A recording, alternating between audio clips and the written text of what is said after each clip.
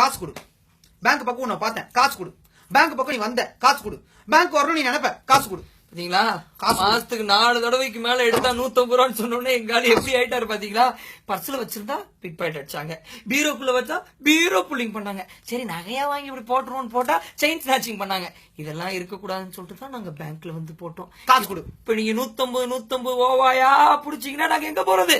எங்க போறதுன்னு கேக்குற நாங்க டக்குன்னு பிளான் பண்ணி உங்க பேங்க்குக்கு 4 தடவை வந்து இருக்கிற அமௌண்ட் எல்லாம் எடுத்துன்னு போயிட்டு சேஃபா வீட்டுல வச்சிட்டோம்னா இல்ல வேற எங்கேயா வச்சு பத்திரப்படுத்திட்டோம்னா பேங்க்ல அமௌண்ட் இருக்காது. அப்புறம் எப்படி லோன் கொடுப்பீங்க, என்ன பண்ணுவீங்க? ஏன்னா அவங்களோட பிளான் என்னன்னா 10,000 ரூபாய் சம்பாதிக்கிற கோடீஸ்வரங்கள்ட்ட இருந்து 150 தான் வாங்கி 10,000 கோடி சம்பாதிக்கிற ஏழைகளுக்கு எல்லாம் வந்து லோன் கொடுக்கறது தான்.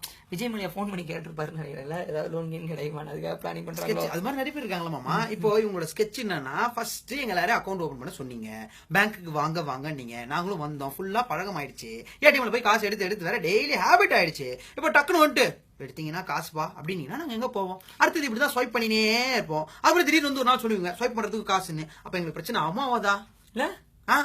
இந்த of the people for the people by the பீப்புள்டாங்க. அது ஏதோ 2 மார்க் மறந்தாப்படி சொல்றான், நீங்க தப்பா எடுத்துக்காதீங்க. டைம் சொன்னதே மறந்துடுறாங்க. பை ஆஃப் ஃபார்னு. காசு கொடு. 15 லட்சம் கொடுக்குறேன்னு சொன்னே, கொடு. காசு கொடு.